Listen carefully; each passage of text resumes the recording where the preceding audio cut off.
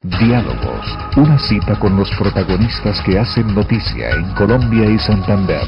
Temas de actualidad, política y economía.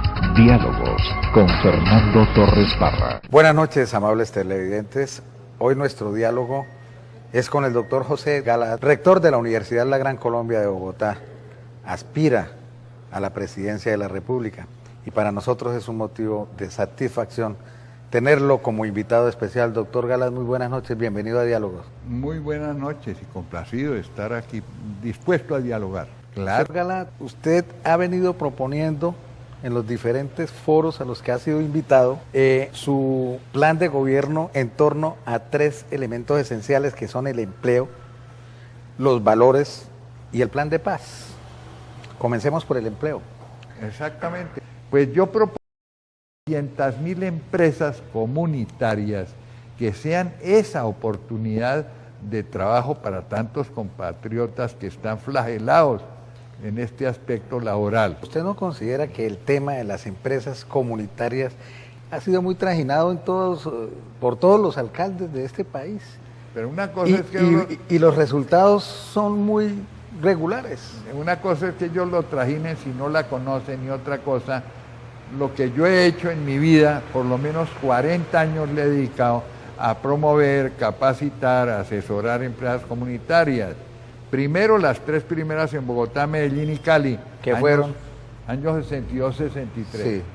Segunda etapa muy importante, cuando tuve el honor de ser consejero presidencial de Carlos Lleras Restrepo y de Misael Pastrana Borrero, y en ese momento convertimos la empresa comunitaria en el eje de la reforma social agraria. Hicimos más de 1.350 de estas empresas. Y la tercera etapa es de la Universidad La Gran Colombia, de la cual soy rector hace 28 años, sin ninguna ayuda oficial por cuenta nuestra. Hemos capacitado, asesorado, ayudado, promovido más de 5.000 de estas empresas a lo largo y ancho del país, donde trabajan hoy unos 250.000 compatriotas. Entonces, con base en esas realidades, yo propongo el sueño gigantesco de las 200.000 empresas comunitarias en un plan decenal. Bueno, y de esas empresas comunitarias que usted coayudó a fundar, a establecer en los años 62, ¿cuál en este momento puede ser un ejemplo para ese proyecto que usted aspira a continuar desarrollando? No, muchos ejemplos reales. El nombre de una. No, muchos ejemplos, qué sé yo.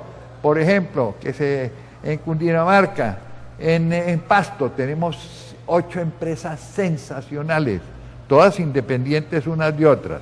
Una, por ejemplo, de 250 señoras que hacen unos tapetes hermosísimos que venden en Holanda, en Francia, en Alemania, 50.000, 60.000, 80.000 dólares. Otra que hacen blue jeans y casacas. Otra de carpinteros que hacen muebles de buena calidad. Otra de carpinteros pero que hacen juguetes didácticos. Bueno, otra que hace panela. Entonces, todas esas empresas, independientes unas de otras, se han juntado para crear servicios comunes, sin abandonar su actividad. Por ejemplo, crearon un colegio con educación personalizada para los hijos de todos ellos. Sí. Crearon una clínica para atender a los niños, con pediatras las 24 horas, con todos los aparatos y bien organizadas. Ese es un ejemplo hermosísimo. Ahora, no todas están tan prósperas y buenas, hay de todo, unas que están regulares, otras inclusive que están boqueando, otras bien, otras magníficas, hay de todo, porque eso depende cómo uno trate su empresa y si cumple o no cumple una serie de requisitos, hay de todo. Con mucho respeto, doctor Gala, yo le quiero hacer la siguiente pregunta. Hay quienes consideran mejor que el programa de gobierno que usted viene planteando en torno al empleo es un micro frente al que viene desarrollando el doctor Álvaro Uribe Vélez, quien aspira también a una tercera reelección, y es con un proyecto macro al fortalecer las empresas existentes con el famoso Tratado de Libre Comercio, que a propósito está dando su lucha para que el Congreso americano lo apruebe. Bueno, dos cositas hay que observar en eso. Primero, la empresa comunitaria puede ser micro, pero también hay macro.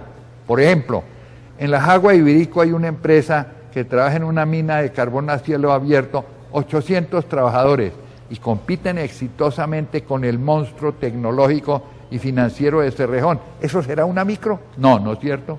Sí. Segundo, en Bledonia, una que se llama Bledonia, a unos 10 minutos de lo que fue Armero, Sí. existe una empresa Hacienda comunitaria. Bledonia, conozco. Una Una empresa ganadera. Eso, 28 familias socias. Sí. Yo le calculo así, bajito, unos 350.000 millones en activos. ¿Eso será micro? No, ¿no es cierto?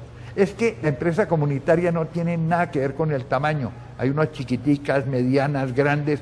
Es que no me importa el tamaño. Lo importante en la comunitaria es que todos somos socios, todos aportamos, todos coadministramos y repartimos la utilidad en proporción al rendimiento de cada uno. Pero lo específico de la comunitaria está aquí adentro, mire, es la fraternidad, el amor mutuo entre personas que dicen, trabajamos en nuestra empresa, no en la empresa de un patrono.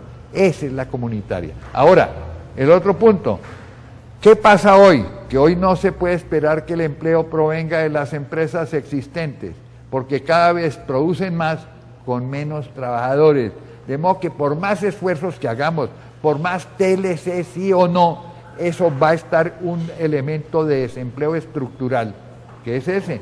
No hay que esperar eso. Entonces, como no hay que esperarlo, hay que crear la oportunidad laborativa por cuenta propia.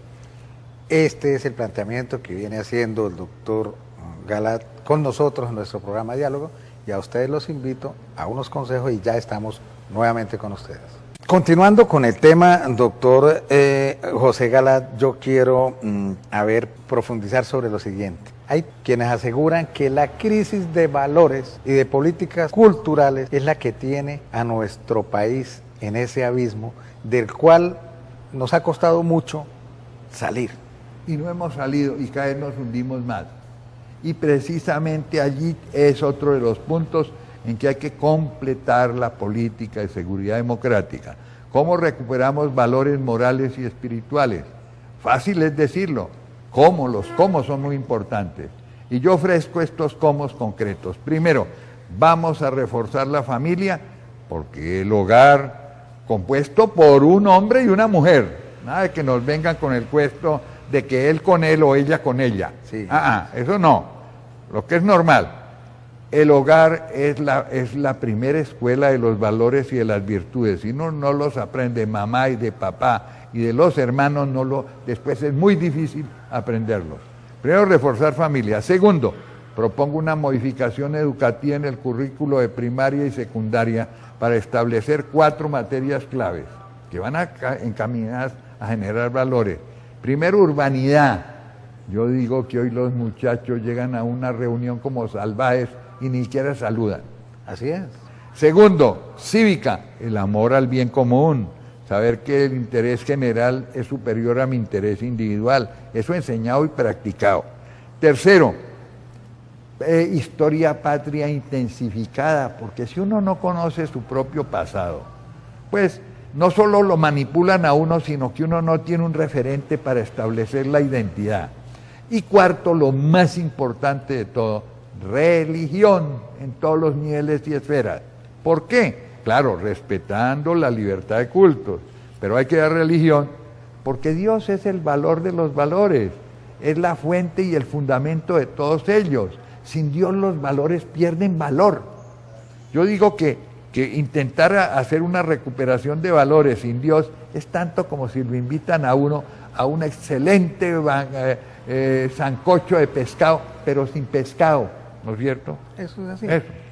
Y a propósito de ese amor que anteriormente pues le inculcaban a uno desde nuestros hogares, nuestros padres, el amor a la vida misma. Ya hoy tratan de legalizar incluso la muerte. Y a través de normas en el Congreso de la República, doctor, ¿qué opina usted de la eutanasia, por ejemplo? No, una atrocidad. Sí, pero eso es, como usted mismo dice, hay una ofensiva contra la vida.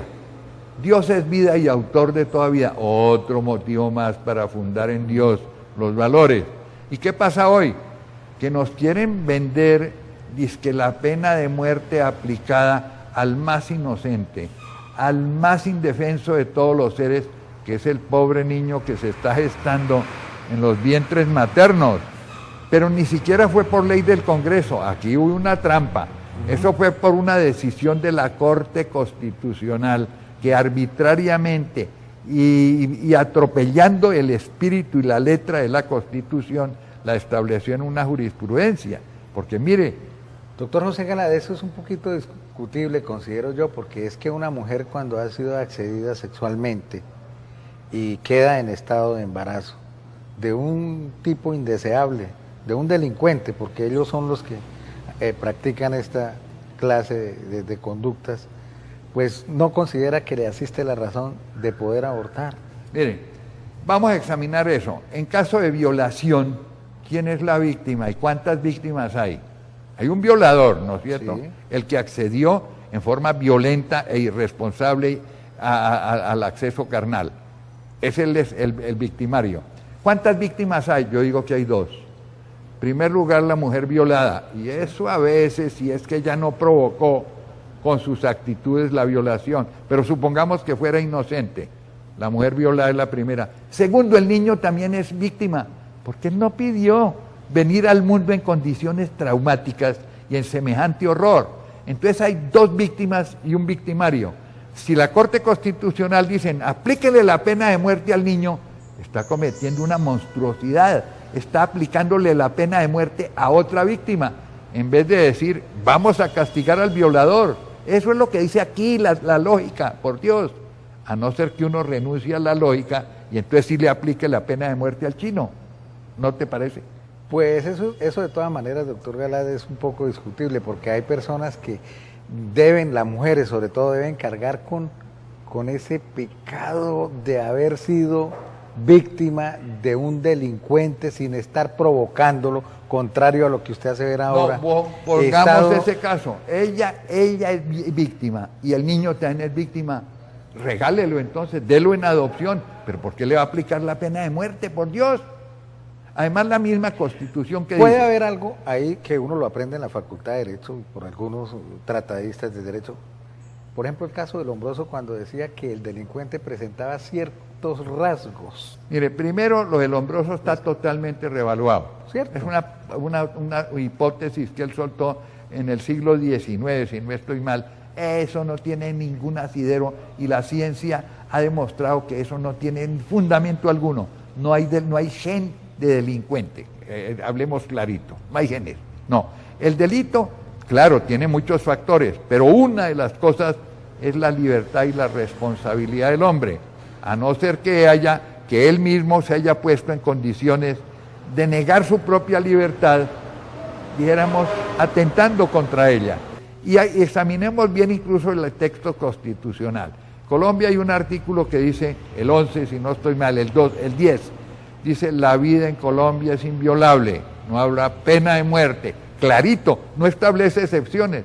¿Con qué derecho la Corte Constitucional abusivamente dice, pero yo sí establezco la excepción de que la madre violada le aplique la pena de muerte? O la que está dizque con unos defectos en el niño, en el vientre. No, primero eso de enfermedades y de estas cosas, no, eso es ignorancia de la Corte Constitucional, porque hoy la medicina ha avanzado tanto que prácticamente todas las enfermedades, casi todas, son curadas intrauterinamente sin necesidad de asesinar al niño. Pero volvamos a la pena de muerte. Pero bueno, doctor, y otra cosa, perdone que lo interrumpa, acépteme esta pequeña interpelación en nuestro diálogo. ¿Usted también considera entonces que el condón, el uso del preservativo puede estar también revaluado para evitar que una criatura llegue a este mundo siendo ajena a las circunstancias que rodean a esa mujer que está concibiendo o que va a concebir? Antes de responderle eso, déjeme redondear ya un pitico lo anterior. Segundo el artículo 12, que no habrá en Colombia tortura ni tratos crueles e inhumanos. Sí. Y resulta que en cualquier hipótesis del aborto se utilice la succión, se utilice la inyección salina, se utilice la cureta, pues se le provoca esos terribles torturas al niñito antes de asesinarlo. De modo que hay una doble violación allá.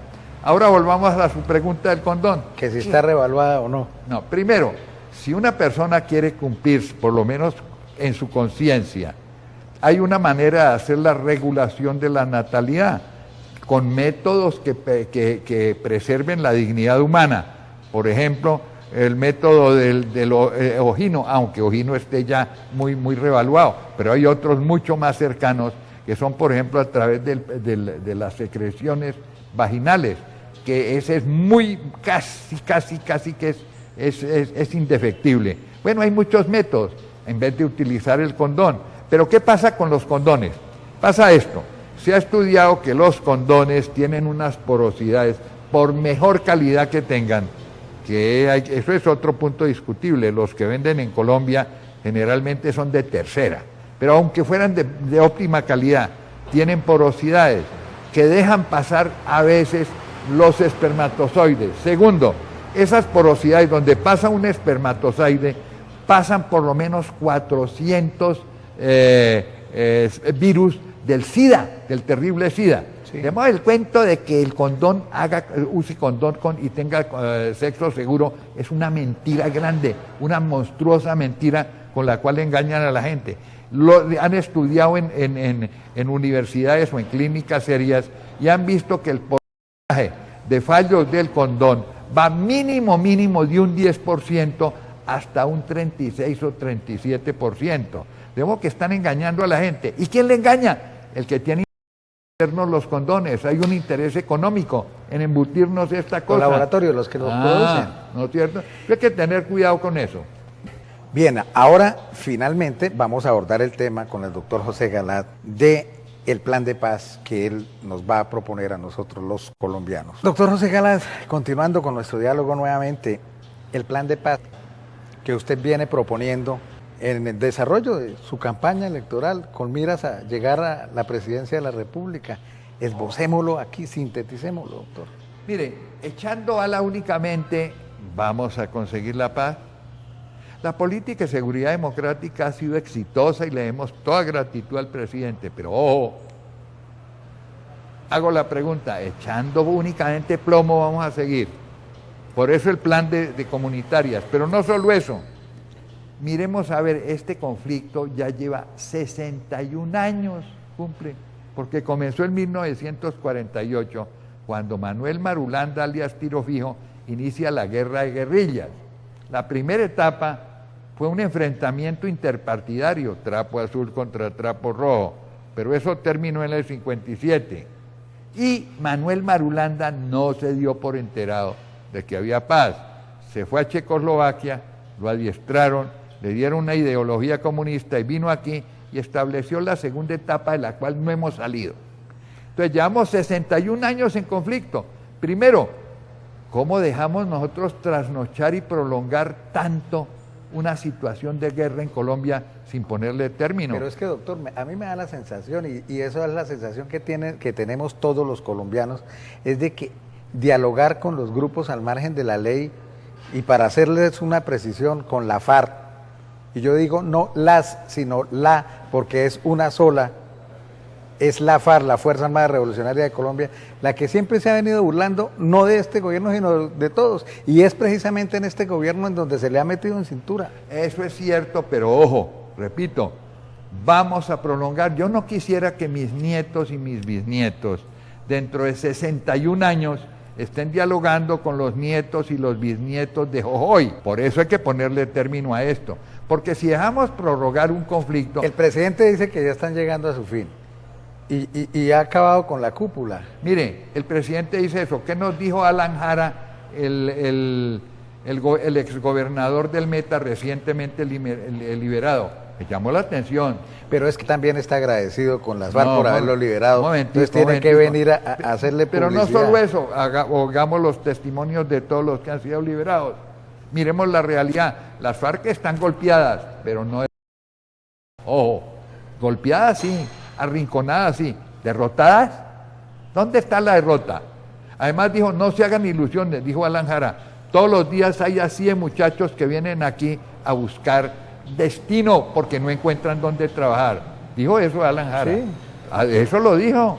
Eso es cierto. Bueno, Pero también, por ejemplo, doctor Galán, la misma Biblia nos enseña a nosotros, en una frase citada por el creador del universo, de que con la misma vara que mide seguirá medido, y entonces el gobierno tiene que medir de la misma forma en que la guerrilla nos está midiendo a nosotros por la fuerza, con mano dura. Me encanta la Biblia, porque precisamente mi plan de paz se inspira en el Evangelio de Cristo, que de acuerdo con el obispo Desmond Tutu, el africano, sí, que fue el coautor de la paz en Sudáfrica y después en Costa de Marfil, él resumió el Evangelio así: 3 cositas cuando hay un conflicto. Primero, decirse la verdad cara a cara y con respeto, las partes. Segundo, pedirse perdón por las atrocidades cometidas por cada uno. Y tercero, saberse estrechar las manos, hacer un plan para superar la situación y reconciliarse. 3 cositas. Si se aplica eso, honestamente, como se aplicó en Sudáfrica, una guerra horrible, peor que la colombiana, porque llevaba más de un siglo y era de signo racial, el horror de los blancos tiranizando a los negros con la política del apartheid. Entonces fue el obispo y le dijo eso al mandamás de Sudáfrica, que en ese momento era Ferdinand de Leclerc, y él dijo, para emplear aquí la palabra cara a Horacio, me suena la vaina. Entonces, como le sonó, Desmond Tutu le dijo, bueno, entonces llame a Mandela y le decimos esto. Lo mandó a llamar porque tenía el 30 no sé cuántos carcelazos, sí, porque el pobre Mandela, que era el líder de los negros, lo metían a la cárcel. Llegó él, oyó y dijo, a mí también me suena. Entonces, ¿qué pasó? Una cosa hermosa. Se dijeron las verdades, se pidieron perdón, todas estas cosas. Dijeron, bueno, vamos a llevarle este mensaje a nuestras comunidades. El uno le dijo a los negros y el otro a los blancos, ¿y el resultado qué es? Después de 16 años tienen perfecta paz. Eso mismo se duplicó el año pasado, el año pasado en Costa de Marfil, otro país del África, donde una guerrilla marxista tenía ese lado del país, la terminaron así. Entonces, si aplicamos el Evangelio, no es solo ojo por ojo, eso ya quedó superado por Cristo. Vamos a ver cómo le damos una oportunidad a la paz. Y finalizo diciendo esto. 3 obispos de Colombia le han dicho al presidente de la República últimamente, Monseñor Salazar, el presidente de la Conferencia Episcopal Colombiana, el cardenal Pedro Rubiano Sáez y últimamente el cardenal Castrillón, señor presidente, intente una paz negociada. Vemos que la Iglesia, la voz de la Iglesia, le está diciendo al presidente que no insista tercamente en prolongar el conflicto. Doctor, entonces ya finalmente, para ver si estamos de acuerdo o no, ¿usted considera que la cita bíblica del ojo por ojo está revaluada igual a la del hombroso? Claro, porque miren, en el capítulo 5 del Evangelio de Mateo nos dice el Señor, habéis oído que se os dijo ojo por ojo, pero yo os digo, y ahí comienza a rectificar eso, sí, ojo, rectificar. Eso era de la vieja alianza. En la nueva alianza hecha por Cristo, el perdón mutuo. Los que saben perdonar hacen historia. Los que quieren detenerse en sus odios y sus rencores prolongan los conflictos, no los resuelven y se quedan al margen de la historia. Doctor, solo me resta darle a usted mis sinceros agradecimientos por haber aceptado esta invitación a diálogos. Bueno, encantado y complacido y espero que en otra ocasión los continuemos. Que el Señor lo bendiga y a ustedes también, amables televidentes, muy buenas noches. Diálogos, una cita con los protagonistas que hacen noticia en Colombia y Santander. Temas de actualidad, política y economía. Diálogos con Fernando Torres Parra.